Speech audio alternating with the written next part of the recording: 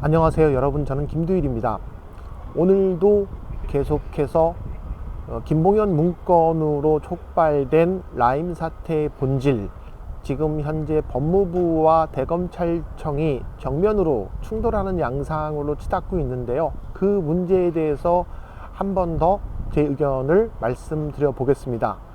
일단 제가 어제도 말씀을 드렸고 오늘 그렇게 제가 말씀드린 대로 보도가 되고 있지만, 법무부와 대검이 서로 충돌한다라는, 마치 추미애 장관과 윤석열 총장이 정치적으로 알력이 있는 것처럼 보도가 되는 프레임은 굉장히 잘못된 프레임이라고 생각을 합니다. 왜냐하면 법무부 산하에 검찰청이 있기 때문입니다.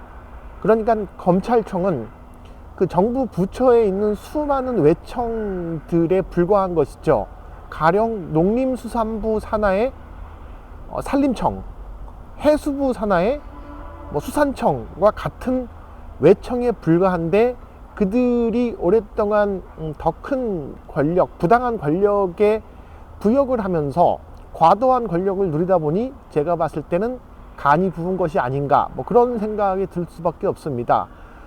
정부 조직의 위계상, 법률이 정하는 체계상 검찰청은 법무부 산하의 외청에 불과합니다. 때문에 법무부와 대검이 어떤 알력과 충돌을 벌이고 있다는 현재 언론의 프레임은 저는 잘못되었다라고 그렇게 생각을 합니다. 정확한 거는 이렇게 보도를 해야 맞죠. 법무부의 지시를 대검이 항명한다, 혹은 대검의 쿠데타, 윤석열의 쿠데타, 윤석열의 난, 이렇게 워딩을 잡는 것이 저는 옳다라고 봅니다. 우선 그 점을 말씀드리고요. 사실상 어제, 그러니까 18일 날, 일요일 날임에도 불구하고 법무부에서 이례적으로 김봉현을 직접적으로 조사한 내용에 대해서 그렇게 언론에 발표한 내용은, 그 직접적인 감찰 지시를 내린 다음날 별도의 대검의 감찰 지시를 내린 윤석열에 대한 뭔가에 문제가 있다 라는 판단을 한 것이라고 저는 그렇게 생각을 합니다. 왜냐하면 이 셀프 감찰을, 검찰 내에 셀프 감찰을 막기 위해 법무부에서 직접적인 감찰권이 조국 법무부 장관 시절 만든 새로운 검찰개혁 행정 규칙 중에 들어가 있는 내용인 거고, 그것을 어저께 16일 날 추미애 장관이 그렇게 행사를 한 것인데, 그것에 대해서 다음날 바로 윤석열 총장이 별도의 대검 감찰을 지시했다는 것은 문제가 되었던 셀프 감찰을 계속 진행하겠다라는 것과 별 다름이 없기 때문입니다. 어쨌든 그렇게 어저께 법무부에서 김봉현에 대한 조사를 한 내용에 대해서 언론에 해당 내용을 공개한 이후에 윤석열 총장은 다시 한번 강하게 문제 제기를 했죠. 그 문제 제기를 한 내용은 그렇습니다. 자신은 김봉현이 주장한 대로 편파적인 수사를 하라고 한 적이 없이 여든 야든 가리지 말고 철저하게 수사를 지시했다 라고 그렇게 자신의 나름대로의 변명을 했습니다. 그리고 그것에 대한 윤석열의 발언을 뒷받침해주는 그런 조력자 역할로 등장한 인물이 있습니다. 바로 송삼현이라는 사람인데요. 지금은 변호사의 신분이지만 이 송삼현은 2020년 7월 22일까지는 이 사람의 신분은 서울 남부지검장의 신분이었습니다. 네, 서울 남부지검은 여타의 지검들 중에서도 굉장히 막강한 권력이 있는 지검이라고 할 수가 있습니다. 왜냐하면 여의도가 해당 관할 구역에 속해 있거든요. 여의도는 흔히 말하는 국회가 있기 때문에 정치적 사건들에 대한 수사권을 가지고 있고, 또 대다수의 모든 금융 1번지로 많은 금융회사들이 있기 때문에 금융수사에 관련된 관할도 가지고 있습니다. 때문에 지금 현재 패스트트랙 관련 수사, 지금 많은 국회의원들이 현재 기소가 되었죠. 패스트트랙 국회 선진화법을 위반한 그 패스트트랙 수사에 대한 건과 그 다음에 신라젠 수사, 라임 수사, 옵티머스 수사가 모두 남부지검에서 해당 수사를 진행을 했고 관련한 기소를 했으며 이 모든 수사에 대한 지휘를 했던 사람이 바로 송삼현 지검장이었습니다. 그런데 이 송삼현 지검장을 발탁시킨 사람은 누구냐? 네, 바로 윤석열 총장입니다. 윤석열 총장이 2019년 7월달 자신이 검찰총장에 임명이 되고 바로 그 행사한 인사 중에 하나가 바로 이 송삼현 남부지검장에 대한 발탁이었습니다. 이 송삼현 남부지검장의 경우는 윤석열과 사법연수원 23기 동기입니다. 즉 같은 연수원 동기이자 뭐 언론에서는 특수통이라고 또 그렇게 보도가 되었더라고요. 그리고 이 사람을 제주도에 있던 사람을 서울 남부지검이라고 하는 노른자의 권한이 있는 막강한 곳으로 발탁시킨 사람이 바로 윤석열이었습니다. 그런데 그 송삼현이 뭐 그 지금 문제가 된 뭐 패스트트랙 수사와 신라젠 수사와 라임과 옵티머스 수사를 진행했다는 것은 여러분들은 어떻게 느껴지시나요? 까마귀 날자 배 떨어진다라는 생각이 들지가 않나요? 저는 뭐 바로 그 생각이 들었습니다. 자, 신라젠 수사를 언급하자면 또 필연적으로 나올 수밖에 없는 사건이 있습니다. 바로 유시민 이사장을 금융사범으로 엮으려고 했던 그런 일종의 모의였죠. 이게 그 한동훈 검사와 이동재 기자, 채널A 이동재 기자의 검언유착으로 밝혀지지가 않았으면 총선 전에 유시민 이사장은 꼼짝없이 거기에 당할 수밖에 없었고, 그러면 올 총선도 굉장히 민주당에서 어려워질 수밖에 없는 상황이었습니다. 그 신라젠을 통해서 유시민 이사장을 엮으려고 했던 것도 남부지검이고요.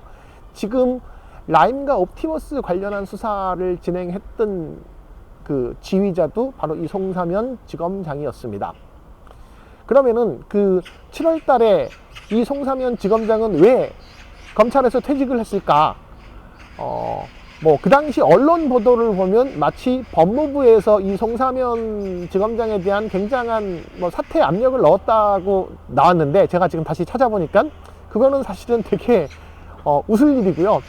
제가 본 송삼현 지검장이 퇴직을 한 이유에 대해서는 그 검언유착이 뽀록 나면서 유시민 이사장을 신라젠과 엮는 것으로 실패하면서 이 신라젠 사건에 대한 것은 굉장히 평이한, 유시민과 신라젠은 아무런 상관이 없다라는 것을 남부지검에서 공식적으로 이 수사 결과 브리핑을 하면서 강조했을 정도로 굉장히 그들 입장에서는 참패한 결과였습니다.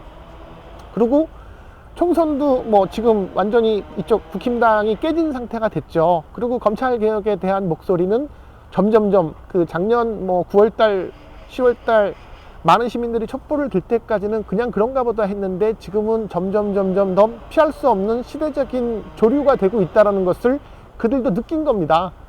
그래서 그리고 어차피 추미애 장관이 인사권을 이제 이 사람이 남부지검장의 해당 기간이 끝나면 새로운 인사권을 활용을 해서 자신이 그 자리에 있을 수 없다라는 것을 윤석열에 의해서 그 임명된 윤석열 사단의 검사들이 이 검찰 내에서 더 이상 자리가 없다는 걸 알기 때문에 이 사람은 탈출구를 찾았던 겁니다. 그냥 탈출구를 찾았을까요? 아닙니다.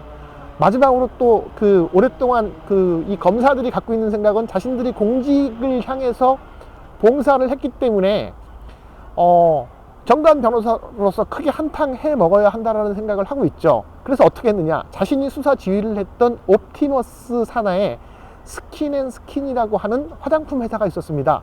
거기에는 두 이씨 형제가 회장과 대표로서 회사를 경영을 하고 있었는데 150억 원의 횡령 사건이 있었죠. 뭐 마스크 사업에 투자한달라고 그것을 지금 옵티머스 환매를 막는데 사용되었습니다. 그 스킨앤스킨의 횡령 혐의로, 그러니까 이것도 옵티머스와 관련된 사건이죠. 그래서 그 두 이씨 형제가, 이씨 브라더스가 검찰의 수사가 시작되었습니다. 그래서 이 송삼현 지검장은 놀랍게도 자신이 수사 지휘를 했던 사건에 정관 변호사로 자리를 옮기는 아주 이 기상천외한 일을 벌입니다. 그들은 참 보면 볼수록 상도가, 곽상도만 상도가 없는 줄 알았는데 이 송사면 지검장도 정말 상도가 없다라는 생각이 듭니다. 그리고 해당 사건을 수사하는 일선 검사들이나 수사관들 입장에서는 얼마 전까지 자신들이 수사 보고를 했던 사람이 지금 해당 피의자의 변호사로서 맞이해야 되는 황당한 상황이 된 겁니다. 저는 판사나 검사들은, 고위직 판사나 검사들은 변호사로 바로 개업을 해서는 안 된다라는 것에 이번에 다시 한번 확신을 하게 되었습니다. 적어도 몇 년간의 유예기간을 둔 다음에 이 정관의 약발이 떨어지고 순수한 법무적인 지식을 갖고 변호사로 개업을 할 수 있도록 해당 법령이 바뀌어야 한다고 생각을 합니다.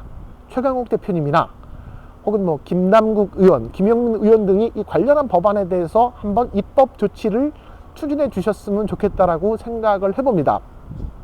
자, 정리를 해보면 지금 법무부와 검찰의 대결 구도로 보도가 되고 있지만 그것은 전혀 사실과 다른 하위 기관에 해당되는 검찰의 쿠데타에 해당되는 내용이며 사실관계가 워낙 분명한 사건이기 때문에 지금 윤석열 검찰개혁에 반대하는 윤석열 사단의 저항은 점점 이제 끝이 다가오는 상황이 아닌가라고 생각을 합니다.